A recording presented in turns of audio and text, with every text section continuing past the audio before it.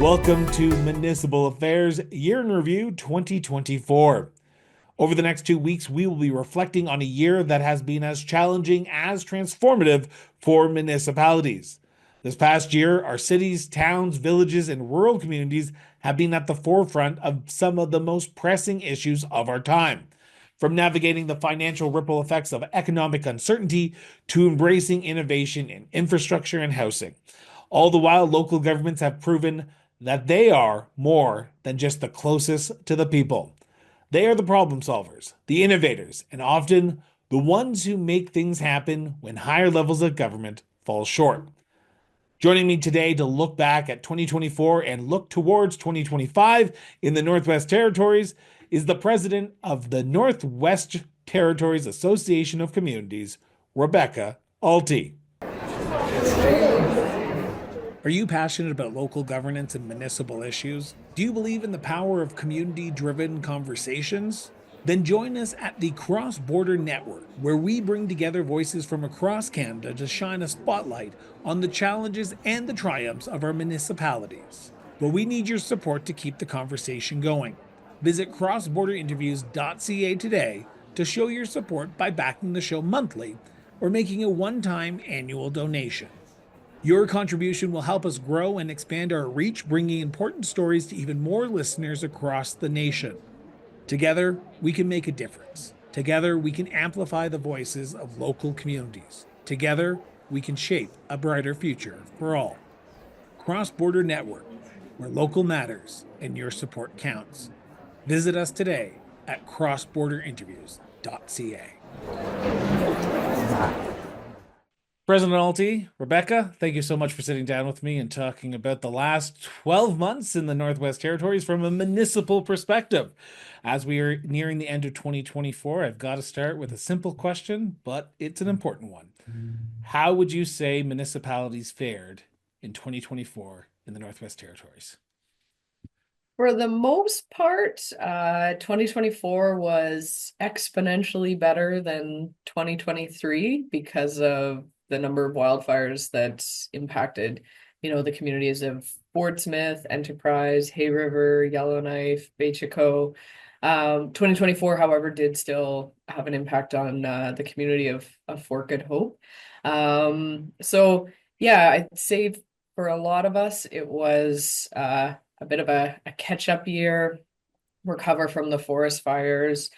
I'd say the first quarter of 2024 was still like a bit of a race against time to be prepared for the upcoming wildfire season. And then kind of a bit of a let's breathe. We made it through. But still like it's the climate change impacts we're feeling. The drought has really had an impact from a cost of living perspective due to the river being low. So a lot of communities who rely on it to get their year worth of supply, the barges weren't able to make it to. So now these communities are having to fly supplies in, and that comes at a pretty big cost. So, on top of what I think all municipalities are seeing across Canada when it comes to costs of infrastructure and services, you add on top of that extra kind of climate change impact. It's really tough on the budget. So tough in that regard, but kind of a bit of a collective sigh of relief for a lot of communities that weren't threatened by wildfires this year. You literally have probably touched on every single topic that I want to talk to you about in that opening statement. But I want to start off with somewhat of a relatively new news story from a municipal perspective.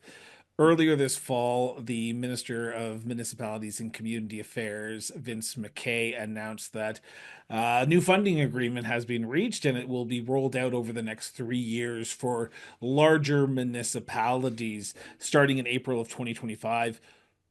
I can imagine you're happy with the announcement, but, and I've read some interviews with you, there is still a significant shortfall that municipalities are facing. What do you need to do next to ensure that that shortfall gets made up?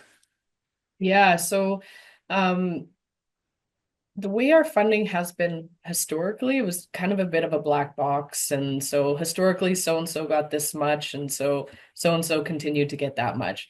And so they kind of said, stop, let's actually get a formula and let's fund people on that.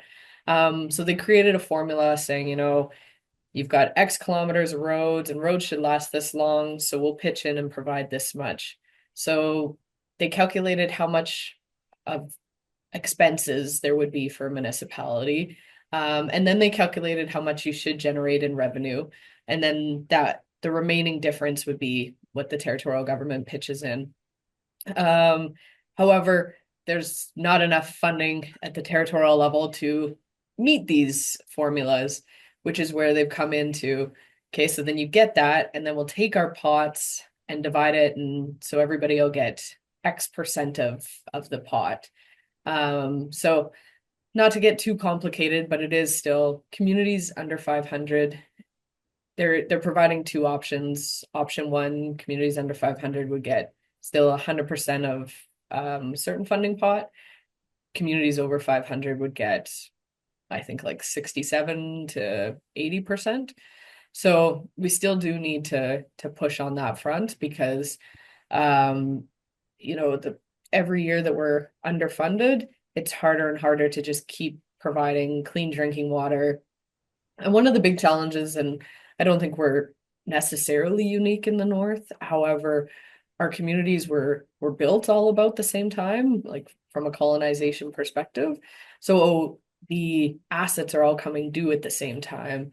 And and so it's hard to be like, okay, well, that water pipe that's degraded and almost crumpled, or this sewer project, or this garbage project. So they're all important. And how do you pick when you're underfunded? And so that's where, and a lot of people don't realize municipalities can't run deficits. So it's a big conversation across Canada. Do you feel like because I'm assuming this just didn't come up in October when it was announced. It's been a process and it's been an ongoing process. Do you feel like the organization, and I always use the acronym and I have to say it out really slowly because I always mess it up, the NWTAC, do you feel like your input was heard with the minister or even the premier when this funding formula came out? A lot of it, yes. So we were part of a working group. And for example, on the roads one, they were like, okay, roads should last 100 years. And we're like, that's just not the reality in the North. And so we It's were not able the to. reality anywhere, I don't think.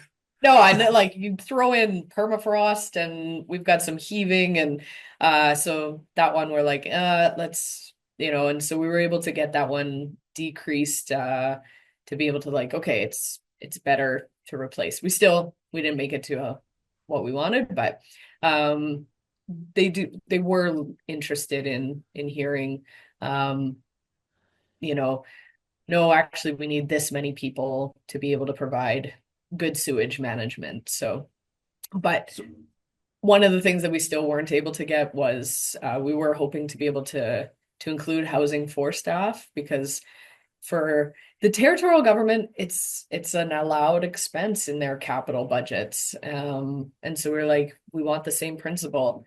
If you're allowed to use capital for staff housing, we want to be able to use capital for staff housing, because whether it's Yellowknife, and we do have a private market, but it is easier if we're able to have a staff house. Someone can stay there for the first year or 6 months, and they then able to find it.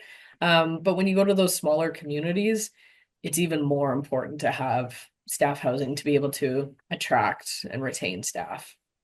just talking about that just for a second, I wasn't going to bring that up, but it is a conversation that a lot of municipalities, particularly in rural and remote communities, are talking about right now. Is the attraction and retention of staff is just a priority for them because you talk about cost of living, you talk about supply management issues that are being faced in your more rural communities. How did municipalities fare in attracting and retaining those staff members that are key to the success of the organization in 2024?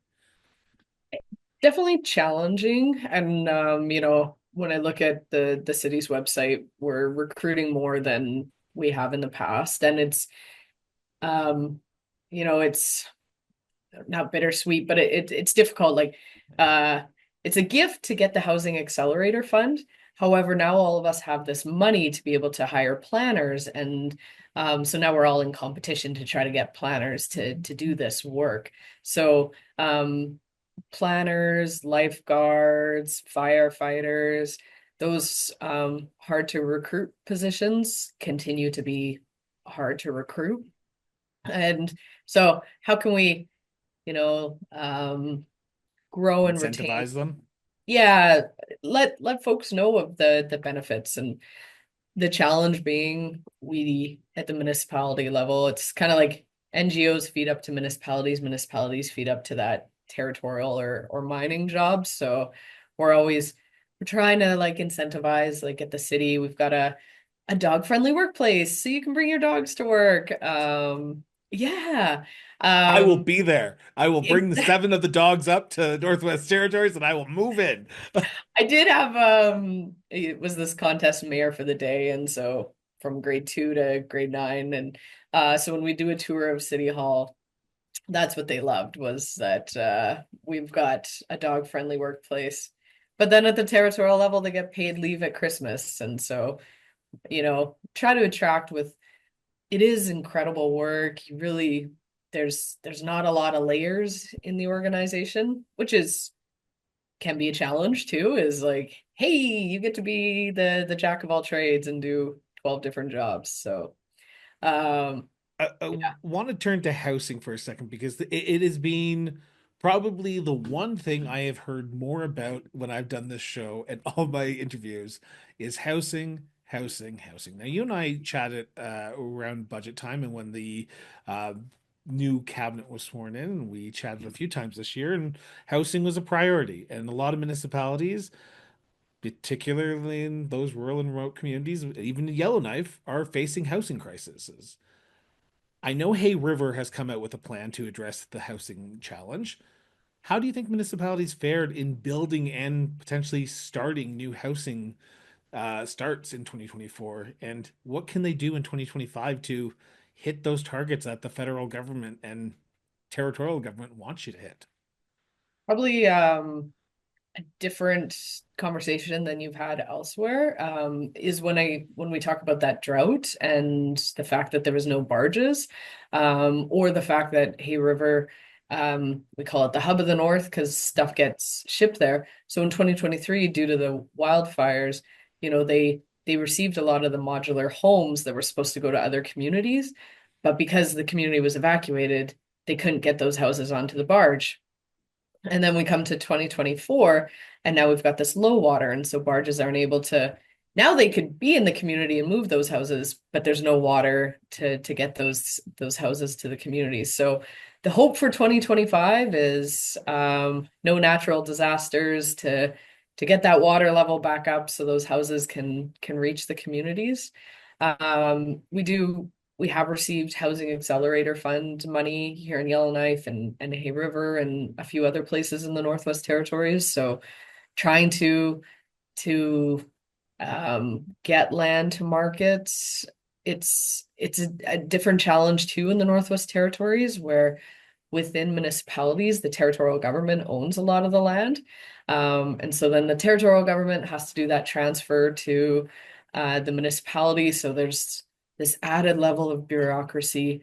So there's a lot to unpack and work through. And unfortunately, with these climate disasters that people have been pulled off to work on those instead of like getting the land transferred to municipalities to be able to build housing. Do you have hope for 2025 that this issue can be resolved from a territorial and a municipal level? Because I would hazard a guess that you do not want to be talking about the housing challenge at the end of 2025, let alone at the end of 2026. The best time to start something is yesterday, but Mhm. we're not yesterday, we're today. And the best time to start something is today. So are you hopeful that Premier Simpson will start to have these conversations and talk to your organization and municipal leaders to address this? I hope. It does seem like just a really slow process, that land transfer aspect. Um, of course, one of the other challenges is the external factors like interest rates and, you know, can developers afford to build? But at the municipal level, we still have some work to do to streamline our process and make sure that we're able to get permits processed as fast as we can because our building season is shorter than other places. We talk about the cost of living, and it is an issue that a lot of Canadians are talking about. But when you look at the context of what's going on in places like Norman Wells, which I've had the pleasure to speak to Mayor Frank Pope a few times on this show, and the issue is exacerbated by that low water in the river, which is causing barge delivery delays, and that means you're waiting for the ice to freeze, and that's taking longer and longer every year because of climate change. How do municipalities adapt to the climate change issue when it comes to the affordability crisis? Because from what Mayor Pope has told me, he's been raising this issue with the premier. He's been raising this issue and trying to in Ottawa. Doesn't seem to be an issue that people want to talk about. What does the NWTAC do to ensure that um, this issue is addressed in a timely fashion? Because I hate seeing Canadians suffer, and it's happening. Yeah. Yeah, and it is um pretty key area for a number of reasons, whether it's forest fires, whether it's thawing permafrost, which wreaks havoc on buildings, um, whether it's coastal erosion. So we do our lobbying and advocacy at the territorial level. Started to do an annual trip to Ottawa to, raise the concerns there. But it is an element of we kind of get into those binary discussions as people of like well, and the carbon tax is this lightning rod, and we can't seem to talk about anything else of like, okay, if it's not the carbon tax, what do we focus from a But if you climate take the change? carbon tax away today, the river's not just going to magically appear tomorrow and say, okay, because the climate change is gone, we can start delivering the barge down the river that has no water. Exactly. And that's where like all the oxygen just gets into talking about carbon tax or no carbon tax, as opposed to like climate change is affecting our pocketbooks, whether it's the drought, whether it's the cost of lettuce because forest fires in California. So there's not a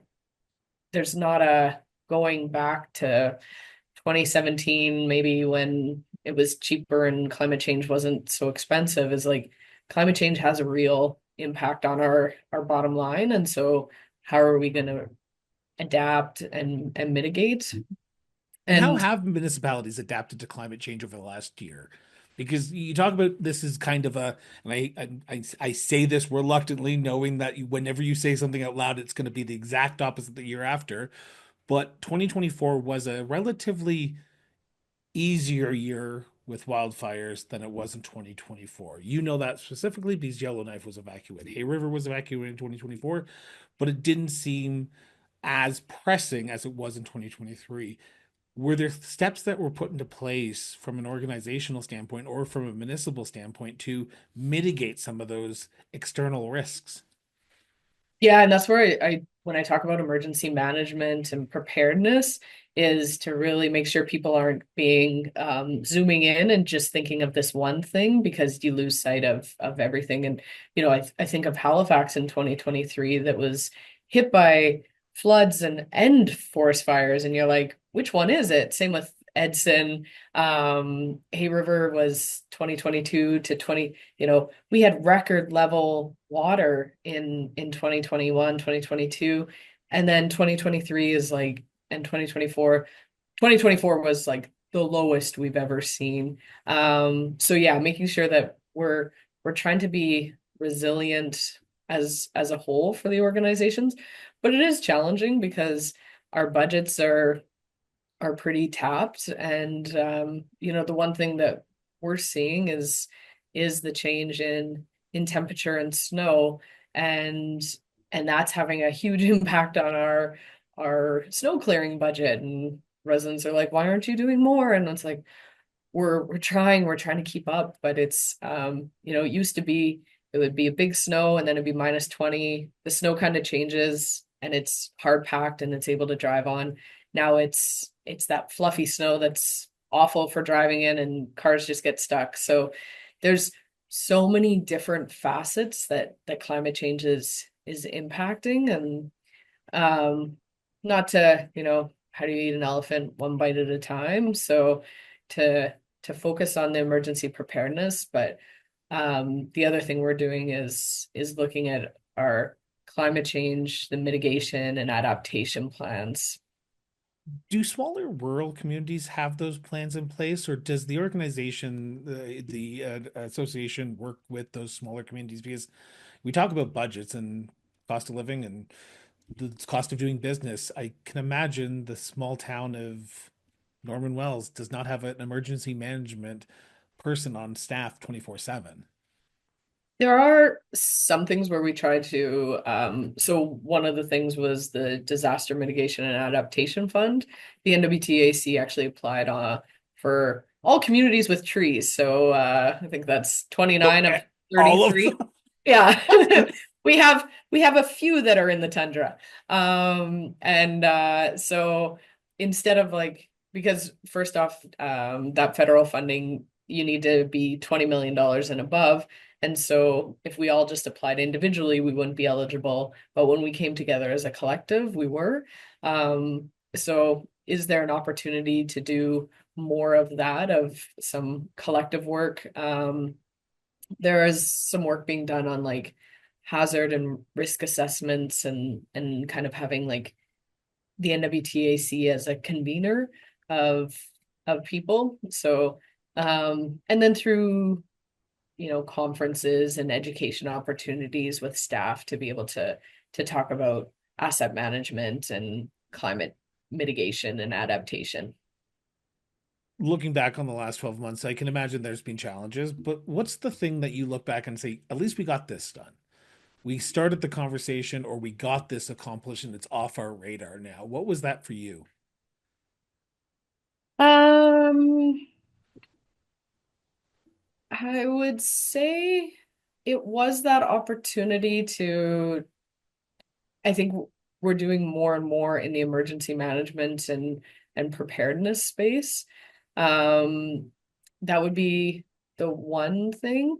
I guess there is that change with the funding model, which benefits some communities. Some communities are going to see a decrease in funding, so that is a challenge.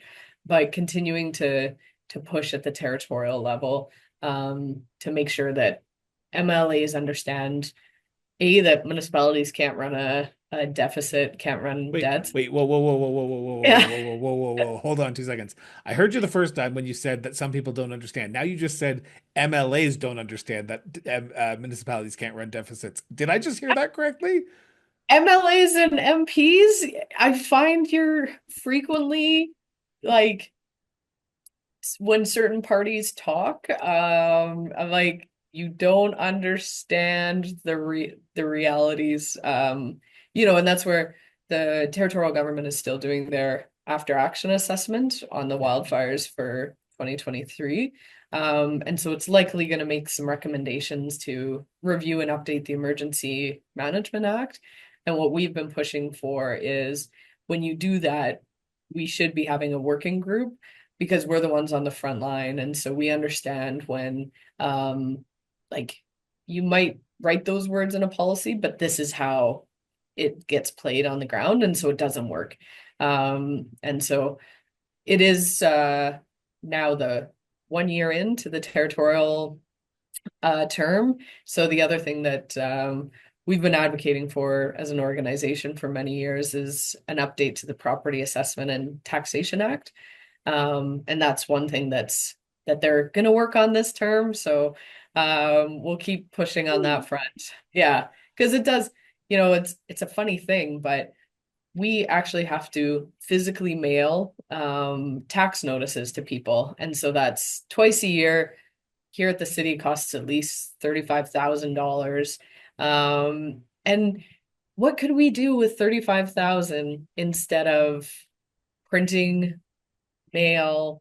And I think from a customer, a resident perspective, I would way prefer it to be in my email, where I'll be able to like track it versus like, where did I put that piece of paper? So, it's silly, but we need a legislative change for that. Um, we are heading into 2025, and I'm cautious of time here, so I want to turn to the future because we always look towards the future. Now, off the record, before the interview started, I told you that in February, the NWTAC is hosting their convention in Yellowknife. So, where you're sitting, just around the corner, I'm assuming, at the hotel, there will be a convention where municipal leaders from across the territory will be gathering to discuss important issues. I will be there. I have booked my Yay! hotel room, I have got my flight, and I will be there in person. What should I expect to hear from delegates at that convention in 2025? I think it will be the challenges of infrastructure, and what we see even more is in the smaller communities is having capacity to do these infrastructure projects. When your community government has two, three people, you tend to have to contract the project management out, and so it's hard to even get contractors and consultants because there's so much work across Canada. So that's a challenge. We know that it's needed, and every year that it can't be done, it costs more and more. So, I think so fondly of 2019 and the tenders and RFPs we would get. I can only wish we'd see dollars like that now. Um, and addictions and the challenges that it's not, there's not policy levers that municipalities can face, but we live in our communities, we're here all the time. There are friends and families that are struggling, and so the impact that has on communities, and what can we do to try to work together to lobby at the federal and territorial level. Um, if this is FCM, I think we'd hear um, the challenges of municipalities being punching bags for certain parties. Not so much. I don't think we'll hear that at the NWTAC AGM, but I think we'll hear those on the ground challenges of cost, capacity, and the addictions and mental health challenges. Looking forward to the end of 2025, if you had a magic wand and you were able to fix one thing, and you were able to say, okay, if we were going to get one thing done, this would be it, and it's going to be done by December 31st, 2025, what's that going to be? Ah, I'd love to do the wand and double the Canada Community Building Fund. That would be a nice one. Um, yeah, Would it there's the would it actually be good for communities in the north if that was doubled? for sure. Yeah, Really? yeah. Like because of the cost of the capital, and like we need to update our oldest lift station, and we need to update it, because it's old, just to be able to pump water to all the houses that currently exist, but to have the capacity to support a new apartment building. That project went from 8 million to 40 million. And like we put out a tender, hey, who can do this? We have 8 million, and they come back with, hey, we'll do it for 40 million. Our fire hall, 3 million to 7 million to 20 million. Our water submarine line, 30 million to 80 million. So it's like every single capital project that's needed. We're seeing these huge numbers. So if our 5 million could turn to 10 million, that would make a big difference. Now, is that So just 5 million just for the city of Yellowknife, or is just for that the 5 city of million? Yellowknife, Okay. it's 15 million for the Northwest Territories.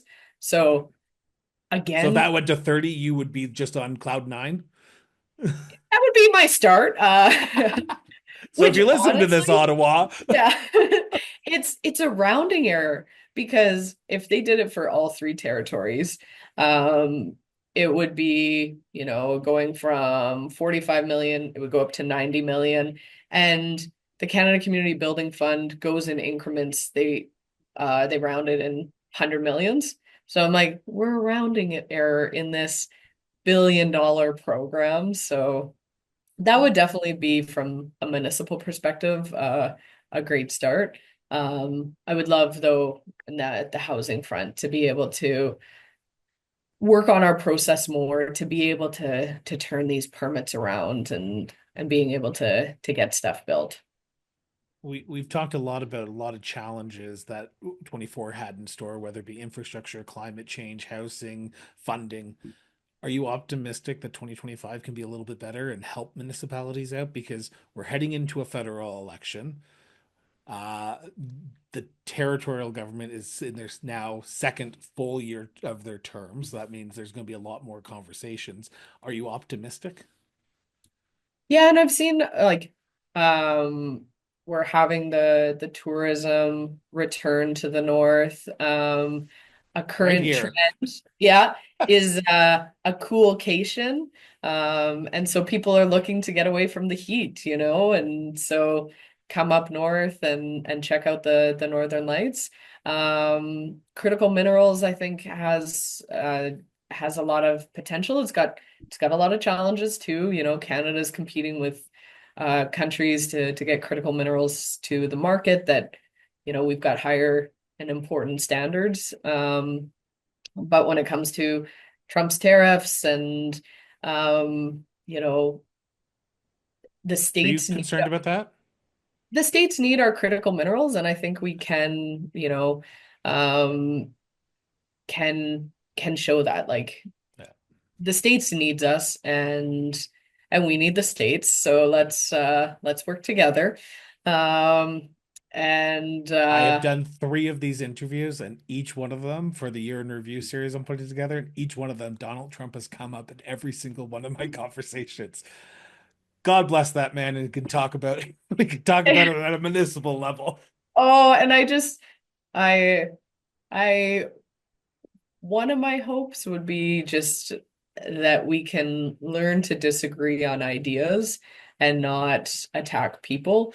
um because if we want change, if we want good things to happen, we need good people putting their hands up. And when it looks like a dog's breakfast in council chambers, the legislatures, good people aren't going to put their hands up. So, just encouraging residents and So you must be ourselves. happy then, because Northwest Territories just had five municipal elections just recently, and there wasn't that many acclamations. There was probably Y- about three, if I'm not mistaken, of acclamations that, or even possibly one, and that was the mayor of Hay River, I believe, if I'm doing my math right. Yeah, yeah, yeah, yeah. Because I was about to say it was Norman Walls, but no, Frank Frank had was challenged her. challenged. Yeah. Like that must give you hope that people do want to are taking an interest in what's going on municipally now.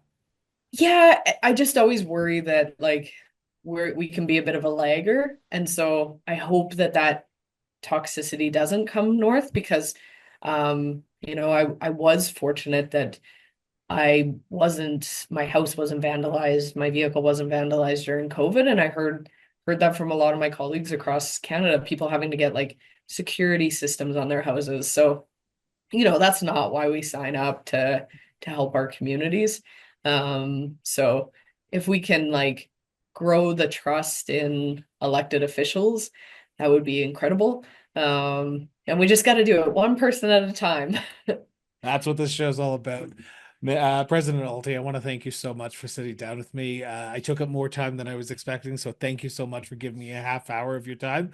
I'm looking forward to visiting Northwest Territories and meeting you again in person since I last visited in Calgary. So looking forward to seeing you in Yellowknife in less than 2 months. I can't wait. I'll make sure the Northern Lights are nice for you. Thank you so much for tuning in for the very first episode of Municipal Affairs Year in Review 24. Over the next 2 weeks, we'll be sitting down with municipal leaders and presidents of municipal organizations from across Canada.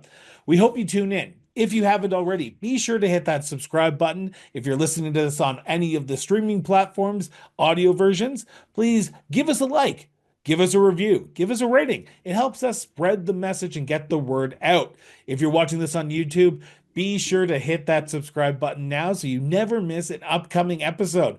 As we head into the last 2 weeks of the show, we're going to be taking a few weeks hiatus, and then we'll be back in January with brand new episodes of Municipal Affairs. So until tomorrow at 10 o'clock, stay informed, stay engaged, and we'll be back with a brand new episode of Municipal Affairs. Till then.